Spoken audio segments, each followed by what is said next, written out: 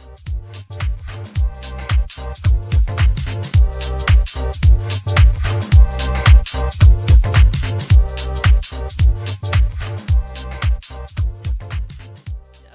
going to welcome Kingy Williams, who's the Chief Executive Officer of the Daystar Foundation. And, well, I think the best person who can talk about the Daystar Foundation is you, Kingy. Can you tell me about the Daystar Foundation and how it was set up? Yes, thanks, Pat. Yeah, Daystar's been in operation now for about 18 years, and we set it up basically to help schools and particularly school children enjoy their educational experience. So we started with one breakfast program all those years ago, and things basically just evolved from there. Now we run breakfast programs across a couple of dozen schools in three large LGAs here in Sydney, Campbelltown, Liverpool, and Fairfield. We run several other programs besides breakfast. Gardening is one of them, and probably our flagship school program, which is called Literacy Buddies. And that's essentially a pen paling program between children in our schools and dedicated corporates spread all around Sydney. And they basically write back and forth to each other. It's a long distance mentoring program, I guess. And it's been a program that's just been absolutely wonderful for us because we've seen lives changed. And now moving on from the school programs, we've training programs, the main one being, of course, iCareer, which is a training program for unemployed youth. And that has sort of morphed into us running Work for the Dole programs where we're able to incorporate a lot of the themes from iCareer into Work for the Dole. And what we have done there is, when I say the training side of it, still has a lot of the iCareer elements, but there's also a practical side to our Work for the Dole programs, and they're basically set up in such a way that they simulate an actual work experience. For example, we run a retail Work for the Dole program, and those participants who are involved get actual hands-on practical experience of what might happen in virtually any retail situation. So it's about customer service, upselling, computer skills, cash handling skills, warehousing, logistics, all of that sort of stuff. So very, very practical, and we marry that with aspects of our iCareer program.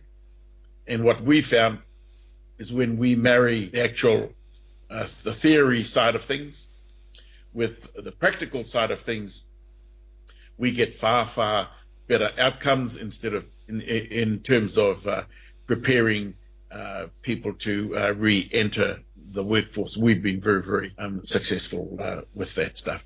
So that's I guess that's a very brief summary of where Daystar started, and 18 years later, basically where we are today. Okay, thanks, Kingy. Do you mind if I ask you a couple of questions? One of them here, you talked about that you've managed to get the support of corporates. Now, people listening to this conversation would be interested to know, how do you engage corporates in what you do? Well, we've been very fortunate in being able to access a whole range of corporates to support Daystar across a number of our programs.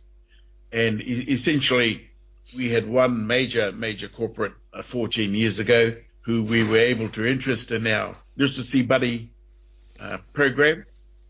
So we had something to offer them, I guess it's important to say that anybody who wants to attract corporate funding, they they need to make sure that their philosophies essentially match the philosophies of the corporate that they're trying to attract.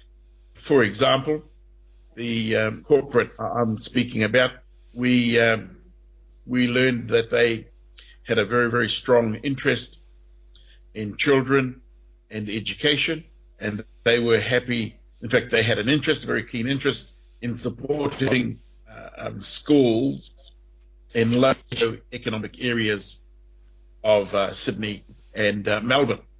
And basically, that's Daystar's philosophy. We have a huge interest in young people and education, and we deliberately choose to work in low socio-economic areas. So there was a natural synergy. Our ideas and philosophies simply matched, and we were able to do something together. And it's been an enduring relationship, because 14 years later, they still support the program. Now, because they had a very, very high profile, we're able to begin to offer our programs out to a whole lot of different corporates. And when other corporates see who one of our major sponsors is, they generally say, well, if those people are prepared to back these guys, then yeah, they must be doing something right. Okay, so your advice, Kingy, is that if you are looking for corporate sponsors, choose the right one first, and Choose the right one, yeah. And the rest will follow. And yeah, absolutely. Understand your vision, your mission, your philosophies, and then look for those corporates, right, whose philosophies and vision, mission essentially match yours. Fantastic. And that's going to give you your best chance at attracting their support. Yeah. And I think that is the best advice anybody could give anybody on that area. So, Kingy, what difference has Daystar made to the community? Difficult. It's difficult to quantify, really. When people ask me this question, I always say, well, let me give you just one or two examples, because the examples indicate the success of our programs. I'll quickly tell this story about a 10-year-old lass, came from a single parent home. Mum's got no money. They're living in housing commission. Never seen dad. And as a 10-year-old, she began writing in our literacy buddy program.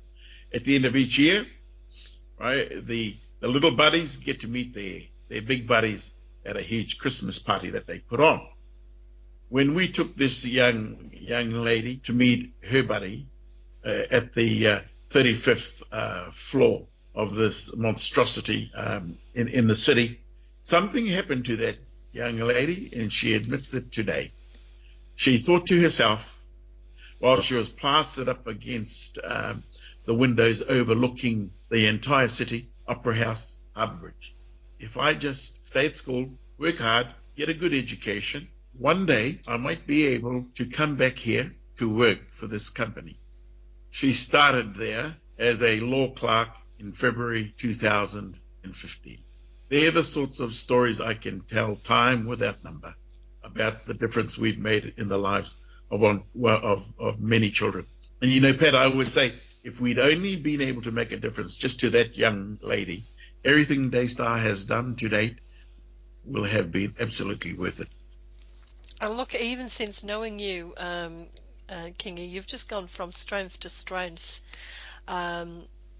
You've been talking here about very much about the children in the education programs, and we've sort of met you starting with the iCareer and how that's transformed, and the One Tribe program, which is the personal development. Again, I can tell many stories just from that particular program, and that program has been so successful in changing young people's lives. that we've virtually branded it, and we run it in different disguises, same principles, same methods, several years later, and we're about to actually branch out now with an even harder group of young people to work with, and that is young people coming out of the prison system. And we're going to back our one tribe approach, and tribe is an acronym for transformation, reconnection, inspiration, broadening and excelling. And so many young people have benefited from that program. And I can tell you, Pat, just in terms of our training programs, I say the measure of any program is when you, as the organizer, are able to employ people who've gone through your program. And Daystar has been able to do that several times. In fact, we have people working for us still who've come from our Work for the Dole or iCareer programs. So I think that speaks volume for the difference we're able to make to young people and to inspire them to just grow. That's fantastic. So how did you fund your growth? A whole number of ways, through obviously corporate support, private foundations, government funding, and obviously the Work for the Dole program is a federal government program, and that's been good for Daystar in terms of giving us the capacity to grow. It's been great. But Pat, it's like everything else in our business. The key thing in terms of being able to be sustainable is you have to continue to reinvent yourself. You always have to find new ways of doing things, thinking outside the square, because things change, and you have to be on the front foot to detect and determine where and when the changes are coming. Be ready for them, and be able to just shift laterally whenever you need to. So we have to be nimble and think on our feet, and be smart about the way we do things. Yes, definitely. What advice would you give, Kingy, to a community organisation who's perhaps looking at their own sustainability, looking to grow? I think you've covered anyway, who's probably struggling or is stagnating and is finding things a bit of a challenge. How would you suggest that they get themselves, the vision? I mean, community organisations, people in them, they've got a vision, but it's getting from where they are to achieving that vision. What's the secret? I don't know if there's a one single answer, but some degree of luck has to play its part. Composite parts all need to sort of morph together to just create that particular moment where you get some momentum. But the one thing I've learned is that in our business, especially in the early parts, is you have to be able to stay in the trenches. You have to be up for the fight. You have to be up for the battle. And it comes back to the reason for why you exist. If that purpose, if that vision is strong enough, that's the thing you have to hold on to and never deviate. Hang in. You've got to hang in. Pat, it took almost 6 years before we had sufficient income coming into Daystar before I got paid. See, that's the reality of our business. 12 years on, I'm employing over a dozen people, and it's the example I always use is like pushing a train. Very, very difficult to push a stationary train, but if you continue to keep your shoulder to the wheel, just keep it to the wheel sufficiently long enough to just get the train to just give an inch. Once it gives an inch, wow, you've got momentum, and then the train takes off under its own weight. Fantastic. That's fantastic. Okay. So these are a series of short interviews with people I consider, or I look up to and respect, for what you've achieved. If and look, is there anything, Kingy, that you would like to add at this stage? You know, Pat, I spent many, many years in hospitality. Many years in hospitality. I'm also a minister by profession. I can tell you, Pat, I have never got as much satisfaction from doing any of these things compared with what I am doing now. This is a brilliant, brilliant industry to be a part of, because you have the opportunity to affect the lives of so many people at so many levels. And when you see the successes come, oh my goodness, absolutely worth it. It's a brilliant industry. I love it. Okay, thank you. I think we'll leave that on that note, Kingy.